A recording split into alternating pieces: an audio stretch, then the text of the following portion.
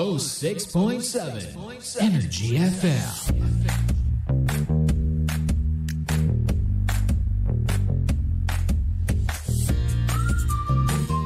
Same, pero iba.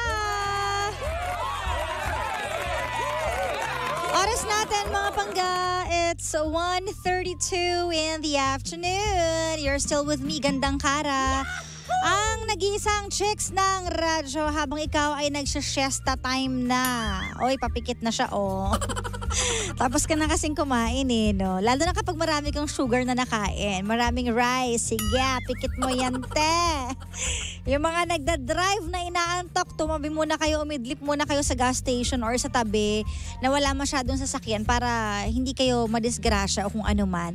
Diba? Kasi totoo naman yan, aminado naman tayo dyan na after natin kumain, maya-maya lang, ng onte, makakaramdam na tayo ng antok. Diba? Sinong guilty? Taas ang kamay. Nakakaantok naman talaga kaya dapat daw mas more on gulay tayo kapag lunch. Well, alam niyo naman tayo mga Filipinos, talagang sanay tayo sa rice at ulam. Kasi masarap yan lalo na kapag ang ulam kaldereta. Ay! Gusto ko ng kaldereta. O kaya naman ang ulam is menudo. Yun, sarap. Wow! Tsaka ano pa bang masarap ulamin ngayon? Dahil masasarap kainin, no? Pero wala eh. Kapag ginusto mo mag-diet, paninindigan mo yan eh. Hanggang ano lang, tingin-tingin. Kumbaga, for your eyes only lang ang lahat. So anyways, eto na nga. We are so back mga pangga. Happy Tuesday. Today is Feb 13 at bukas ay excited na ba ang lahat? Para sa Valentine's. Taray naman. Oo, Valentine's na bukas. Akalain mo, no? Pero eto muna bago mag-Valentine's, kailangan yung katawan mo malakas. Para kahit ayain ka niya hanggang gabi, hindi ka makakatanggi, di ba? Kaya naman, eto ang sagot. Dapat lagi mong pinapangalagaan ang katawan mo. So, dapat meron kang MX3 Plus with L-Carnitine and CoQ10. Alam mo ba na bawat MX3 capsule ay nagtataglay ng alpha mangosteen, beta mangosteen at gamma mangosteen. Ito yung mga nakakatulong at hindi masama sa katawan at kalusugan natin. Kaya siya tinawag na plus kasi meron siyang dagdag benefits ng CoQ10 at L-carnitine. Ang coenzyme Q10 naman po ay uri ng supplement na kailangan ng katawan natin lalo na at nagkakaedad. Para sa malakas na heart muscle fiber po ito. Ang L-carnitine naman ay uri ng protein na tumutulong sa maayos na metabolism or panunaw. For inquiries, visit their website mx3ph.com or call the hotline 0918-8888-693. And welcome to our live! Sa mga hindi pa po nakakaalam, sa mga nasa tindahan, bahay, nasa labas, or nasa kotse, ayan, meron po tayong live kung gusto nyo kumasilayan. Pumunta po kayo sa live natin sa Facebook. Hanapin mo ang Energy FM 106.7 o kaya naman ng fanpage ko. That's DJ Kara, the DJ Space, K-A-R-A. And don't forget na i-like and share ang live video na ito. Lalong-lalo na para sa ating story ngayon kung saan pwede ka maki-join, pwede ka maki-comment, maki-advise, ganyan. So, wag na natin patagalin pa ang ating story. Dito lang yan sa Sincerely Kara.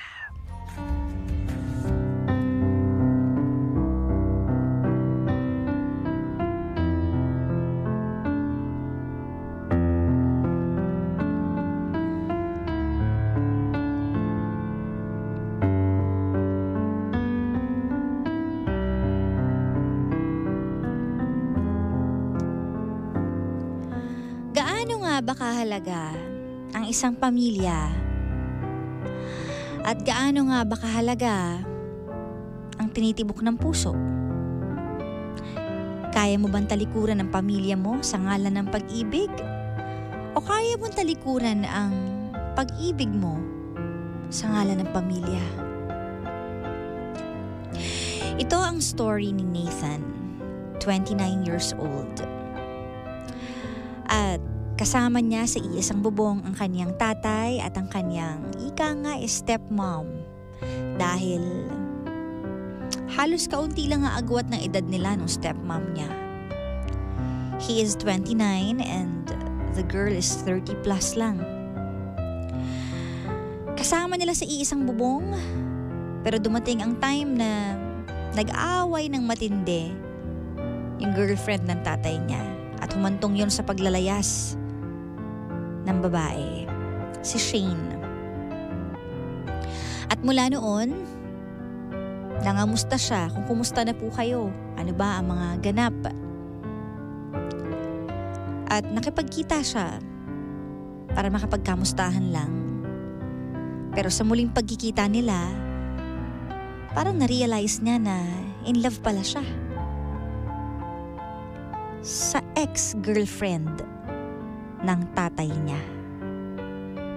At noong nakakasama pala niya si Shane noong mga panahong yun sa bahay, yung pag-appreciate pala niya sa pag-aalaga sa kanilang magkapatid, doon na pala nag-start yung pagiging malambot ng puso niya para kay Shane. Kaya naman nung muling nagkita sila, nasabi niyang in love pala ako.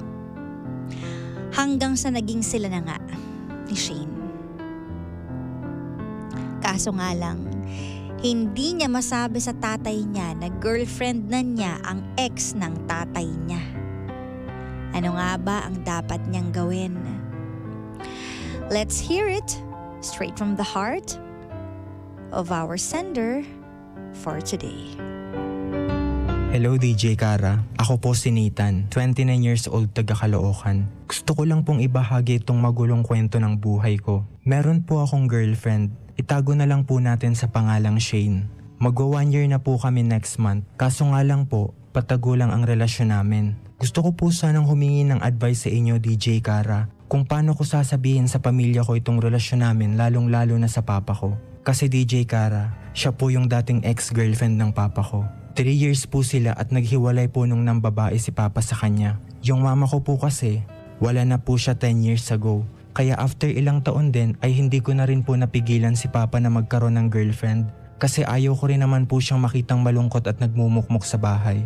Kaso nga lang DJ Kara, itong bago na ex-girlfriend ni papa, nakasama namin sa bahay at siya po ang nag-aasikaso sa amin habang nagtatrabaho si papa. 3 po kaming magkakapatid at ako po ang panganay. Kaya kapag nasa bahay po kami po ang nagtutulungan sa bahay. Hindi rin po kasi magkalayo ang age po namin. 32 lang po siya DJ Kara. Malaki ang agwat po nila ni Papa. Hindi ko alam DJ Kara pero nung panahon na nakakasama ko po siya sa bahay namin, iba na po yung nararamdaman ko sa kanya. Pero hindi ko po sinasabi sa kanya yon bilang respeto po sa kanila ni Papa. Nagulat na lang po ako DJ Kara na nagkakagusto na pala ako sa kanya habang inaalagaan niya po kami ng mga kapatid ko. Work from home lang po kasi ako DJ Kara kaya mas madalas po kami magkasama sa bahay. Hanggang sa dumating ang araw na naghiwalay na sila ni Papa. Nakikita ko silang nag-aaway pero wala akong magawa kasi wala naman akong karapatan. Naririnig ko silang nagsisigawan na tipong gusto ko po siyang protektahan sa papa ko pero hindi ko siya malapitan. Pero inawat at kinausap ko naman po silang dalawa nun dahil ayaw ko rin naman na makita ng mga kapatid ko yung away nilang dalawa. At dahil sa away na po yun, umalis na po si Shane at nakipaghiwalay kay Papa.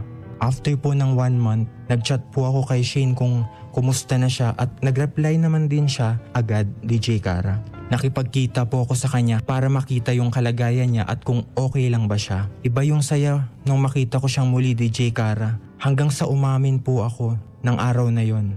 Gulat na gulat po yung reaksyon niya DJ Kara pero binigyan niya ako ng pagkakataon na ligawan at mahalin siya. Hanggang sa nagkatuluyan po kami at bala ko na rin po sana siyang pakasalan. Pero may takot rin po kami DJ Kara kasi nagli-live-in po kami at walang kahit sinong kakilala namin ang may alam po sa relasyon namin. Ano po kaya ang gagawin ko DJ Kara? Paano ko po kaya sasabihin sa kanila na ang girlfriend ko po ay dating kasintahan ng papa ko? Nako, super duper complicated naman na re. Aba, ay ginawa mo yung ex ng iyong tatay, Nathan. Mahirap talaga ang problema mo ha. Pero basahin natin kung ano ang masasabi ng mga pangga natin sa ating Facebook Live. You can also send your comments sa ating live ngayon. Energy FM 106.7. Basahin natin. Sabi dito, if you really love her, be brave enough to let them know about the relationship but learn to face the ridicule of the society. What's important is nagmamahalan kayo, sabi ni Peter Smeng. Dapat daw ready ka sa panghuhusga ng mundo, which is true. That's reality. Eto pa, Nathan, hiwalay na sila ng tatay mo, so just be honest to him. Love conquers all. Good luck. Sabi ni Arlene. Pero sabi naman dito ay konting respeto naman sa tatay mo, sender. Sabi ni No Arma. Nako. Torotot daw for today's video.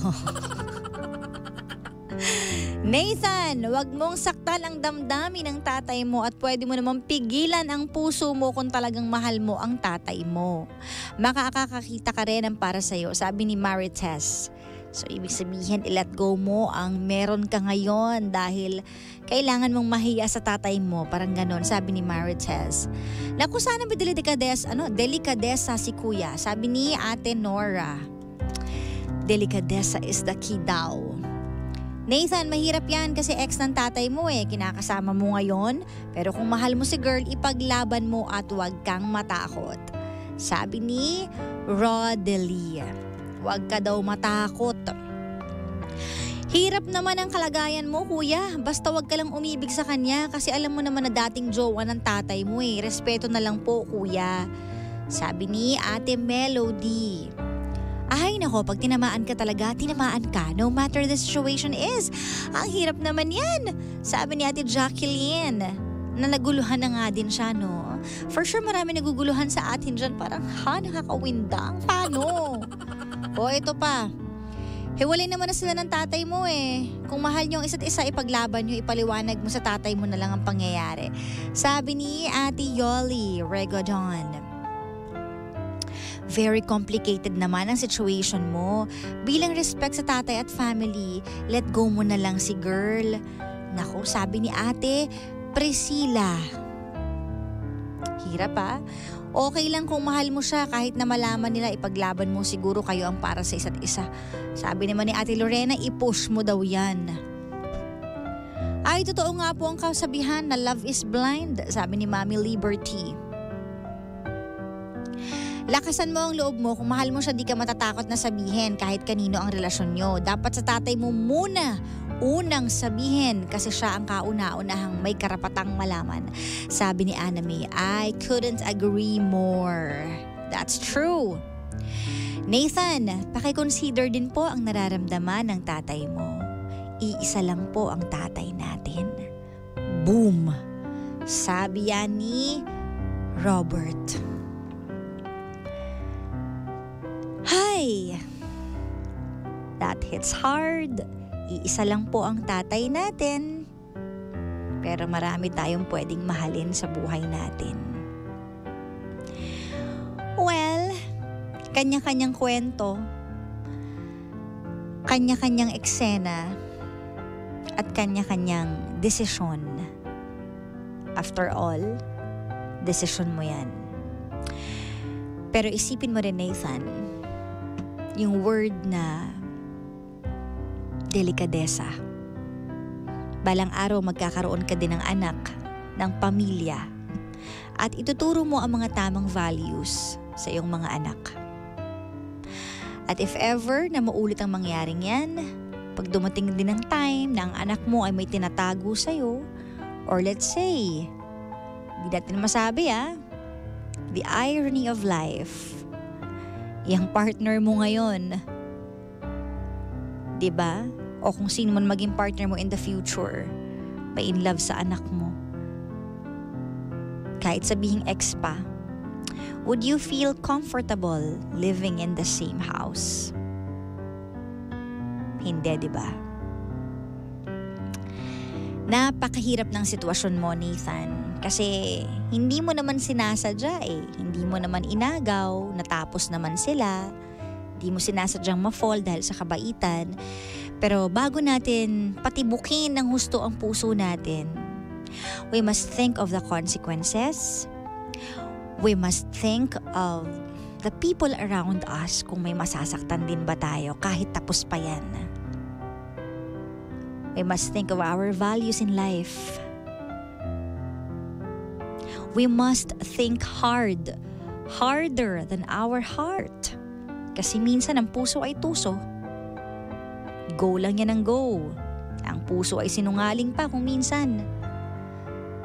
So kapag pinapairal natin ang puso natin, sana pairalin din natin ang isip natin. Hindi puro puso lang. I-figure out mo kung gaano nga ba kalalim ang pagmamahal mo kay Shane. Kasi saglit pa lang naman kayo eh. Isipin mo kung siya na ba talaga ang babaeng gusto mong makasama sa future. I-weigh mo ang mga bagay-bagay before you decide na siya na talaga. Kasi yung pagsisettle down, may mga consequences yan dahil magkakaanak kayo ni Shane, bubuo kayo ng family, tatawagin ni Shane na tatay ang ex niya na tatay mo din. Kumbaga, you have to consider things like that. Dapat kailangan mo i-consider yun. Magkakaapo yung tatay mo sa inyo at tatawagin ni Shane na tatay yung tatay mo kahit mag-ex sila. Kung madali sa'yo yon, then do it. Pero habang nagre-reflect ka at iniisip mo yon, tama nga ba talaga? Itong sitwasyon ba na itong pinasok ko ay magiging maganda kaya ang kalalabasan? And before anything else, before you reflect, before you decide, ang pinaka-importanting bagay sa lahat is yung sabihin mo sa tatay mo. Naging matapang ka nga na mahalin yung ex ng tatay mo. Sumugod ka nga dun Bakit hindi ka maging matapang na sabihin sa tatay mo? Tatay mo yun. Nag-iisa lang yan, tama. So dapat maging matapang ka rin na ipagtapat ang katotohanan kasi naging matapang kang ipaglaban yung pag-ibig mo kay Shane. So same thing, do it with your dad. Nilaban mo yan panindigan mo na. Sabihin mo. And from there, dun ka mag-isip-isip kung magiging maayos nga ba ang sitwasyon. Dahil mahirap naman kung nakikipagrelasyon ka sa isang tao habang nasasaktan mo yung tatay mo. Tanungan mo ang tatay mo, naka-move on ka na ba talaga? Nagpaalam ka na ba sa tatay mo, Nathan? Ang tawag dyan is respect, pasintabi, delikadesa. Kahit pa sabihin nagloko yung tatay mo, kahit pa sabihin naging masama siyang tatay or what, or may pagkukulang man siya, at the end of the day, tatay mo yun. Isa siya sa bumuo sa'yo. Kaya ka nabubuhay ngayon, kaya ka nagmamahal ngayon, kaya ka humihinga ngayon. Doon ka pa rin nanggaling. Wala ka sa mundong ito, hindi makakaramdam ng love or anything kung wala siya. Kaya you have to respect your dad. Yun ang dapat unang-una mong ginawa. At hindi pa too late. Pwede mo pang sabihin sa kanya since bago pa lang naman kayo ni Shane. Sabihin mo sa tatay mo ang totoo. At dun mo malalaman kung meron pa siyang basbas or ma-hurt siya. Dun mo rin malalaman kung kaya mo ba talagang ilaban knowing may nasasaktan kung masasaktan man dun mo malalaman. From there, dun ka mag-decide. Kasi mahirap yung magpakasal ka agad nang hindi pa okay ang lahat. I-pursue mo agad kahit may masasaktan, kahit parang awkward. Ayusin mo muna ang lahat. Ilagay mo sa tama ang lahat. Para magkaroon ka ng peace of mind at ang puso mo ay mas maging maligaya kung yan man ang tatahakin mong landas. Di ba, Nathan? Irespeto natin lagi ang pamilya natin. Kaya Nathan, sana gawin mo ngayon ang tama. And figure out. Huwag ka munang padalos-dalos. Minsan akala natin, yung pagka-in-love natin, magli-lead sa marriage kasi in love tayo, kinikilig tayo. Pero kailangan mo pa rin kilalanin ng tao. Kailangan mo pa rin i-weigh ang sitwasyon at ang mga bagay-bagay. Kung magiging masaya ka nga ba talaga sa ganyang setup, pag-isipan mong mabuti. Love takes time. Sabi nga nung kanta. Diba? It will take time para masabi mo na mahal mo talaga ang isang tao. Kasi madaling sabihin yung mahal, love you. Diba? O tapos, anong proof? Anong effort? Anong sacrifice? Malalaman mo ang totoong pagmamahal sa pamamagitan ng panahon. Nasusubok yan ng panahon. Kaya pag-isipan mo yung mabuti and respect your dad. Tell him the truth. Tandaan nyo, no family is perfect. We argue, we fight. We even stop talking to each other at times. But in the end, family is family. And the love will always be there. Always put your family first because family is everything. Sincerely,